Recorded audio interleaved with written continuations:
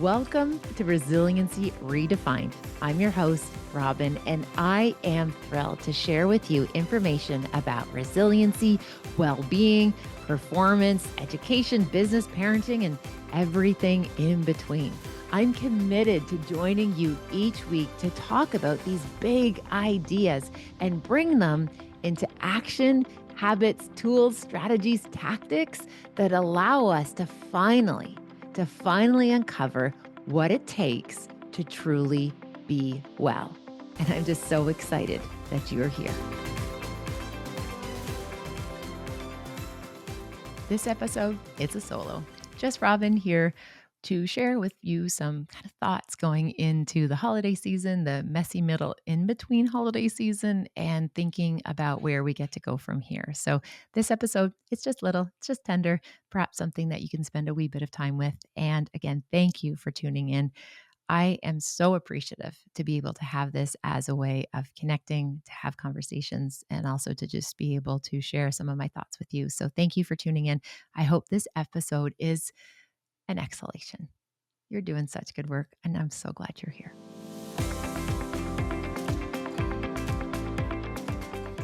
Hi there, welcome back. So, this is me, just Robyne today. I'm appreciative to be able to join you to have a wee bit of a conversation about the season, where we are at, where we get to go from here, and hopefully just offer you this window of time, this spaciousness to be able to exhale. This isn't about having a plan. This isn't about fixing anything. This episode is completely devoted to just taking a pause, maintaining or perhaps putting a few things in perspective, and hopefully being here with you can be useful. So this is dropping on what we call and what we celebrate as Christmas Eve. So for many of us who celebrate the Christmas season, this is the build up. This is the anticipation, the build up of what tomorrow represents. And I appreciate that Christmas represents many things to those who celebrate it. And I was very intentional about joining you today on Christmas Eve to share with you some ideas. And again, this isn't anything you have to fix. This isn't anything you have to now like lock in or dial in. This is my invitation to just sit back, exhale, and think about where we've gone and where we get to go from here. Now, first and foremost, I just want to hold space to recognize, oh my gosh, the holiday season, it's full. It is busy. There are so many different moving parts, and it is such this like charcuterie board of feelings for people. And just like many charcuterie boards, there are certain feelings that maybe some of us like, some of the things that we like to see on a charcuterie board, and there are some of the things that we will say pass. Or there's things that are there and we maybe wish they weren't there, but they just are. And it seems like everybody puts this spicy red pepper jelly on a charcuterie board, and maybe that's not your jam, whatever that might be. No pun intended.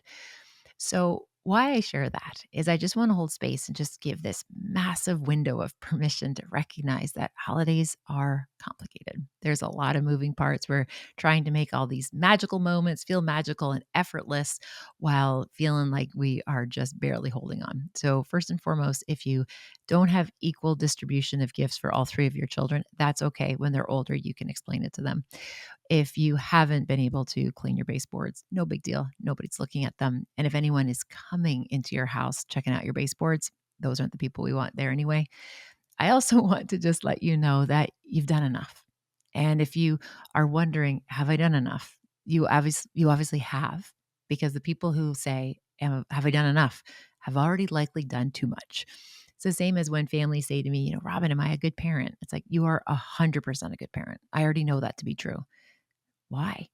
Because the good parents, the bad parents, they aren't asking that question, right? Parents who are royally setting up their children on a trajectory of like therapeutic intervention as they age, they are not wondering, am I a good parent? They are obviously kind of looking after their own needs ahead of the little souls in their care. I digress already. Anyway, it's okay to have lots of feelings at this particular time of year.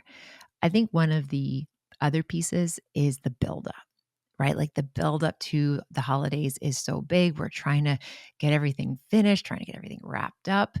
And it's a lot for people. So it's okay if this is supposed to be magical and wonderful. And meanwhile, you are like barely holding on and you're wondering, did I eat today? Or maybe did I eat anything other than shortbread cookies today? You are not alone. I want to just share with you this idea that was introduced to me, and it's attributed to Ian Simpkins. I think that's the original source. It's this idea that if busyness is your drug, stress will feel, oh, sorry, rest will feel like stress. Okay, let me say that again correctly. If busyness is your drug, that rest will feel like stress. So, where this comes into play is the aftermath. It's that like no man land week between, perhaps again, if you celebrate Christmas, it's that no man's land between Christmas and New Year's Eve. It's that time where we kind of question, like, have I gotten out of my pajamas? Have I done anything then other than watching Harry Potter or the entire series or Star Wars, whatever your like dive in deep movie, if that's what your family chooses to do or what you choose to do? What do we do in that meantime? Now, I think it's just interesting that, again, if we are so used to being productive, we're organizing, we're doing, we have these massive to do lists to the point where we're literally writing fiction. They are so long and we know it's not true, like it's going to happen.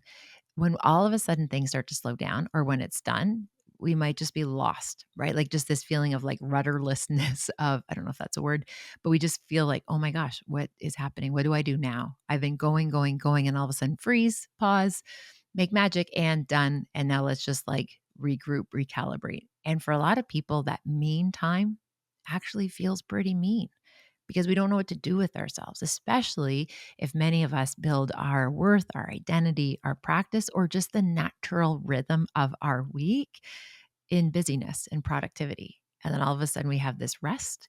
We don't have a million things to do. We all of a sudden get out of sorts.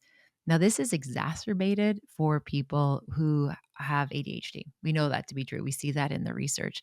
Not having multiple things going on and all of a sudden getting steady and quiet and silent and just one kind of monotasking for some of us, it feels really hard. And then, my friends, then those pesky emotions starts to take up lots of our space.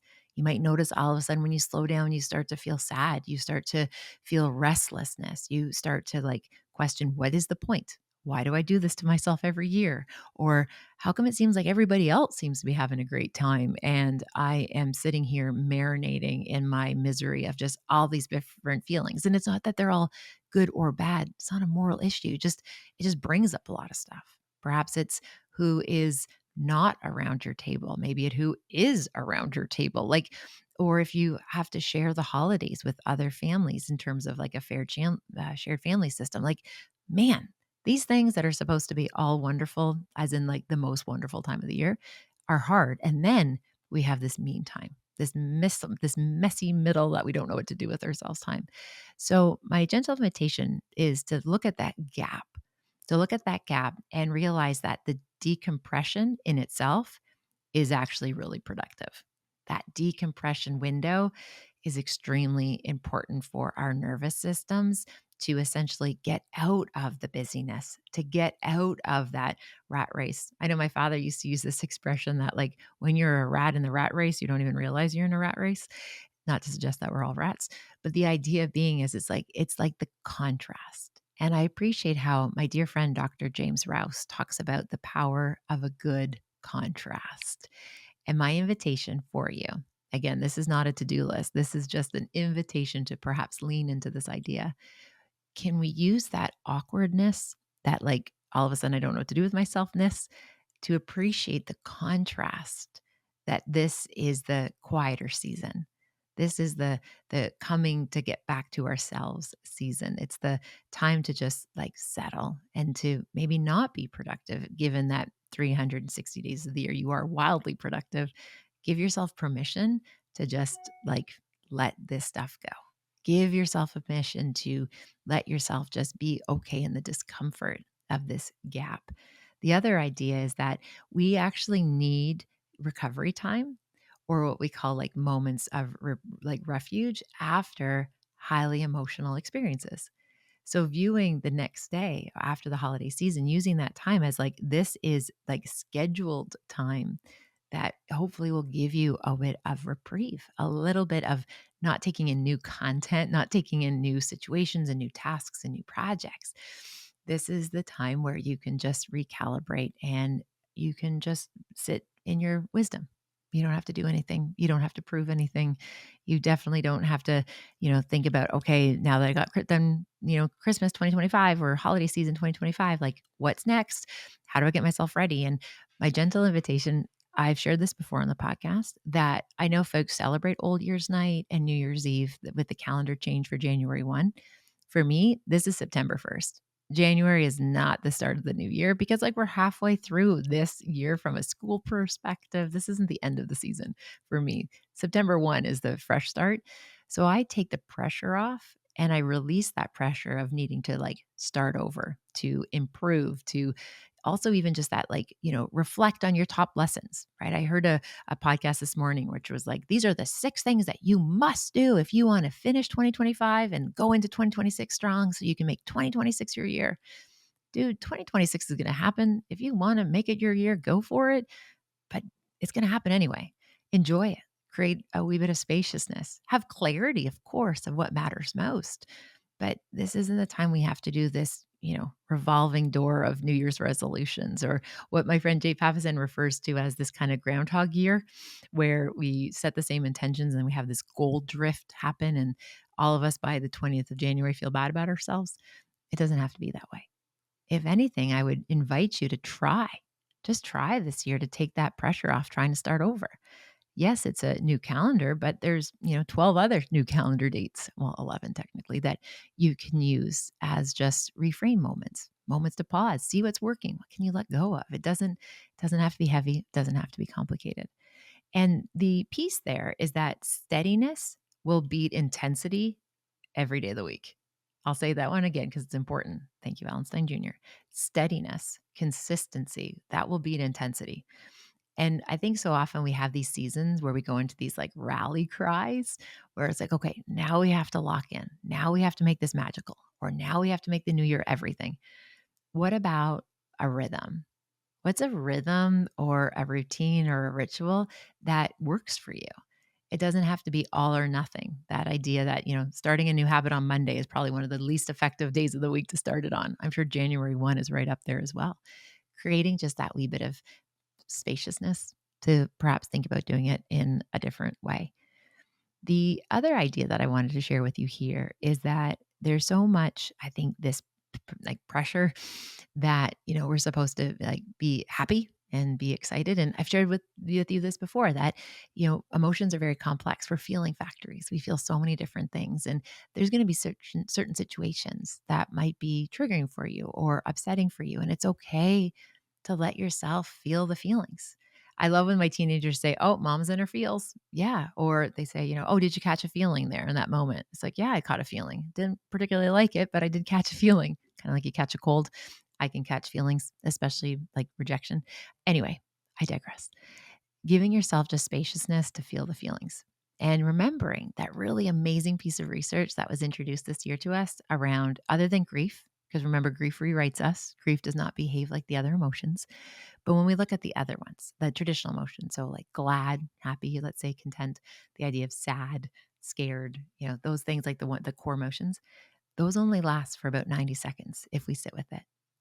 So giving ourselves permission just to sit with it. So if you feel, for example, really sad about something, instead of being like, "Oh, I shouldn't feel sad," no, just let yourself feel a little bit sad. Like sit with that, reflect on it, even just get curious. Wow, this is coming up again. I wonder what that's about. What is it that I need to lean into? Or what am I not leaning into that maybe could help if I did spend a little bit of time with that big feeling? So again, just noticing that feelings, again, they're part of our lived experience, and we don't get to really choose what feelings we experience.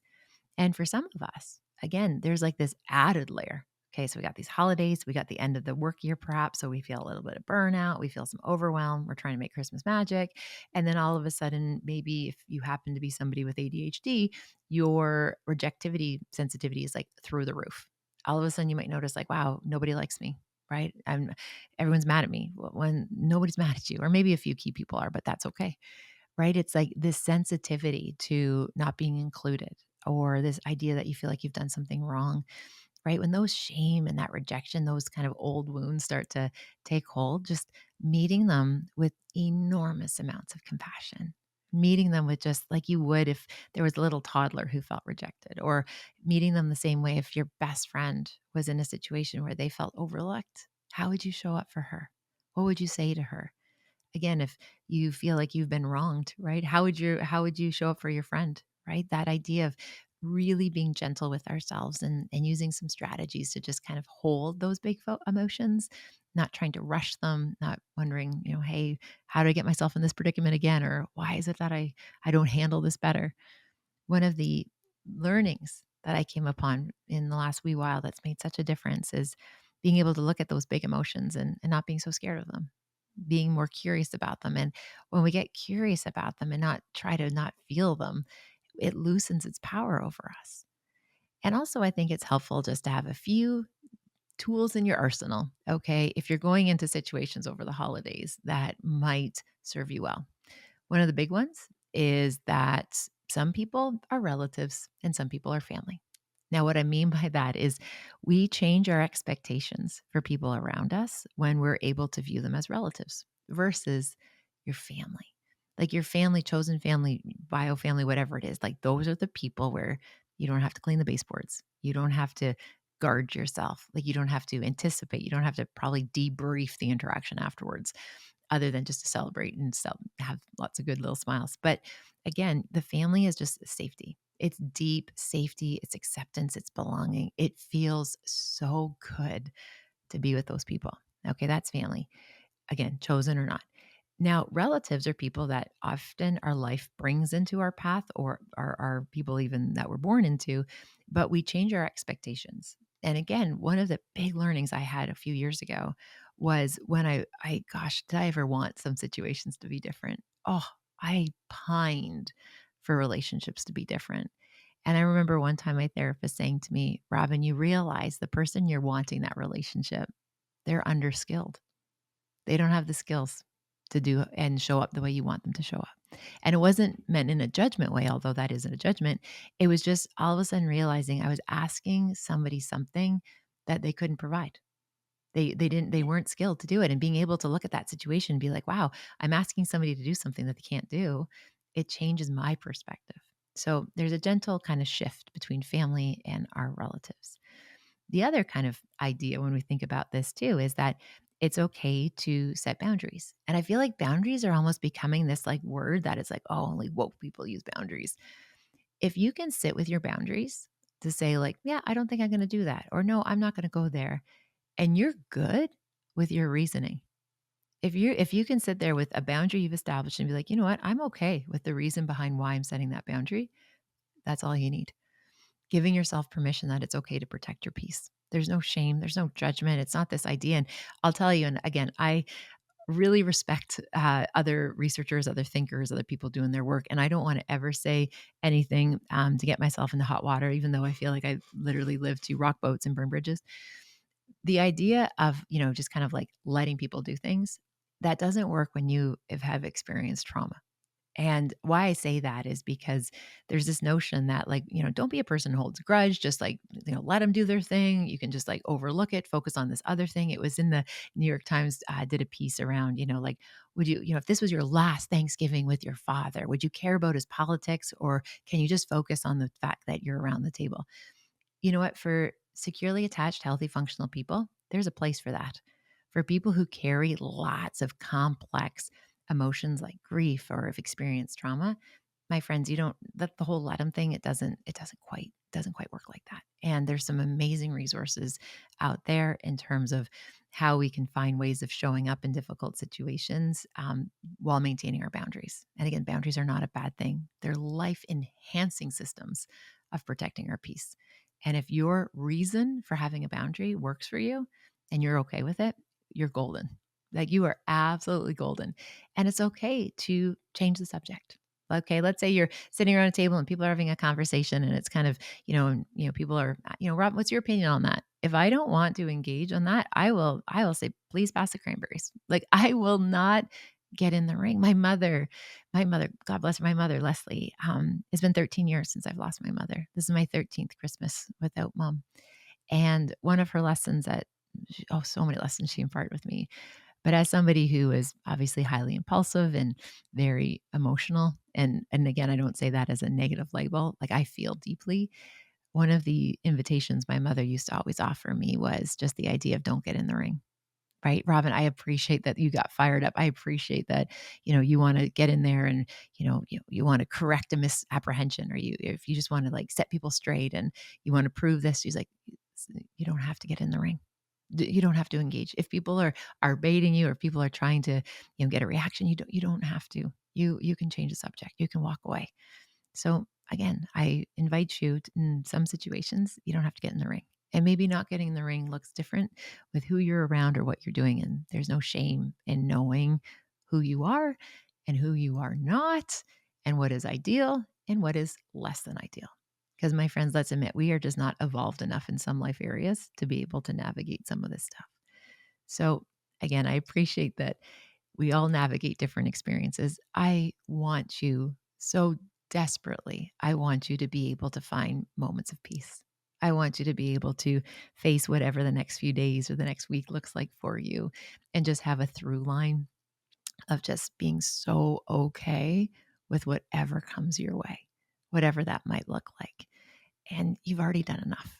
You are a person of worth and value simply because you exist, not because of how well you can wrap a present. I also just really encourage you to slow down and just recognize how far you've come. Being able to look at what you've navigated this year, things you maybe thought, hey, I don't know if I can navigate that, and you navigated it. This idea of just arriving with yourself. One of the invitations Dr. James shared recently at an event we did together was, he asked this question, and it was just, wow, I felt this one like kind of like stepping on a Lego in the middle of the night. Who are you under loving? Oh, who are you under loving right now in your life? Now, that got me because I was able to kind of go through my like list of my people and realize, like, yeah, I'm showing up pretty great for all these folks. I'm doing pretty good. Except when I got to the part about Robin. I'm tired. I was feeling the edges of burnout. And, I gave the example to Jenna a wee while ago where it's like I looked at my phone and I'm like, okay, it has 2%. Gosh, I got to go find a charger. And I bolted up and found a charger and plugged it in. And all of a sudden I had a moment. I'm like, okay, well, I hadn't eaten enough that day, and I hadn't had my second cup of coffee. I hadn't definitely not drank water, hadn't gone outside yet. Had to go to the washroom. And I'm like, yeah, I got about 2 more hours. What? I realized that I was like giving my cell phone more recognition and reverence than my own body. And I thought, no, I can lock in. I could dig deep for another 2 hours of work, no problem. And the reality is that's something that I think many of us experience, where we prioritize other things. And sometimes who we might be underloving is ourself. And recognizing that we're doing really well. We are doing very, very well. And there's no hurry. There isn't one right way to do all of this. My gentle invitation is just hold space to let yourself be proud of what you've carried this year. You've carried stuff that I'm sure a mere mortal would look at it and just be like, wow, how did you do that? Right. With a lot of caffeine, puppies, a great support system, and some great music. Who knows? Whatever that might be for you, but just be proud of yourself, of what you're carrying.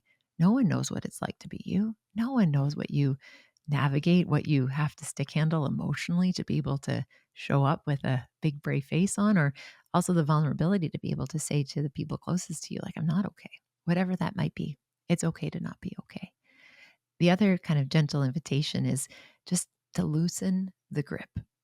Okay, there was this expression that I used to use, or this example I used to use around when we are holding a big emotion. Okay, so often we want to get rid of it first and foremost, which we can't do necessarily, because the more we stuff it down, the more it comes back harder and stronger. So I want you to imagine, like, thinking about some of these big memories or these moments or these emotions or whatever it might be, and just imagine it being like a little cactus in your hand. Like, you can hold a cactus in your hand and it wouldn't really hurt. It just is there. If you like squeezed it too tight, if you held on way too tight, that's when it could actually hurt you. So as we navigate the end of the season going into the new year, just like hold things really gently. The way that we can soothe our nervous system in a pretty unexpected way is just to slow down, talk slower, walk slower, or enjoy some of those little windows of quiet or peace, or lock in, live out loud, feel all the merriment, happy everything, and just let loose. Whatever it is for you, just not holding anything too tight unless it's the things that matter most. And the things that matter most, you make them matter most. So you actually can like do a wee bit less and feel more presence, feel more connection, even with yourself as you navigate this season. And that would be my gentle invitation. You've already done enough. Hold this all very, very gently. And the last kind of thing I would encourage you to think about when you have just this one little micro moment, what are some of the hopes you have? Not goals for 2026, but what are just some of the hopes that you want to cultivate? Imagine those hope seeds, like these little kind of ideas, these wishes that you're just like this right now, this season, those like twinkly lights, that fire, that quiet moments, if that's available to you. To me, this is like ripening, like just ripe, fertile ground to plant dreams, to plant wishes, plant hopes. They don't have to be goals. They don't have to be resolutions. You don't have to reinvent yourself for the 46th time. Like you are good. We all know that the real you is like the January 20 and onwards because yes, we repeat what we don't repair, but those are parts that are serving a purpose. Just allow them to do their thing. And if you want to do some habit reframes, let's say, you know what, we can do that in January later on. We'll do a whole little piece on that about our good habits, not moral good habits, just the habits that serve us and bring us closer to how we want to feel more of. But the idea there is just to like use this season, those quiet, precious little moments of prayer, of reflection, just to plant hopes. And recently I shared with someone, they were going through a really hard time and I was able to see them in person. We usually chat remotely. And anyway, and I shared to that person, I said, I just want you to know that I'm praying for you. Right. I hold you very tenderly in my heart in those quiet times. And it was so amazing because the woman just like, she just stopped and she looked at me and she said, Robin, you think about me in those moments? And I'm like, sister, yes. I'm wishing the best for your sons. I'm wishing the best for your family. I sit there and I have these moments where I do send out these little, if you imagine like the little Care Bears where they would like shoot out good vibes. I think that's real. Okay, Care Bears aren't real, but well, they are, but they're, I hope you understand what I'm saying. Like I do send out good intentions and I think of people fondly and letting people know that you're planting seeds. And one of the most beautiful exchanges, I've had so many beautiful exchanges this year, but one of them is when I sat next to a very dear friend and I asked her, can I get my hopes up with you for this? Getting your hopes up with people and for people and with people, it's so powerful. So, my friends, as you wind down the holiday season or wind up the holiday season, whatever it looks like for you, I just encourage you just to be so, so gentle with yourself. Protect your peace, find moments to just really cultivate the fact that you have carried so much and you're doing great work. You're already farther ahead than you were this time last year simply because you're still here and you're doing the good work. And I'm so appreciative. I wish I had the names of the 171 people who have this podcast as their number one, or the 800 people that it is in their top 5% list, or to be able to say hello to the people who are joining from 56 different countries around the world. I hope this brought just a moment of ease, a moment of recognition. I appreciate you. Thank you for showing up. I wish you all the bright blessings, Mary, everything. And please, please, please, please, like, let's stay connected. Let this be part of your practice of being in a community of like-minded persons who are just doing their best with the tools and the skills and the gifts that they have to be of service and do what they can for the greater good. So my friends, be well, take good care, be kind to yourself today and every other day after that. Thank you for spending time with this podcast episode today. I hope you found something helpful in Resiliency Redefined. Please feel free to share it with somebody who you might think could benefit. Maybe there was something useful, something in particular that you think you could pay forward. Also, if you have a moment, please feel free to rate and review this podcast wherever you like to listen to your podcast. It means the world to me. And again, thanks for your time. Thank you for your interest. Take good care, and I'll see you next time.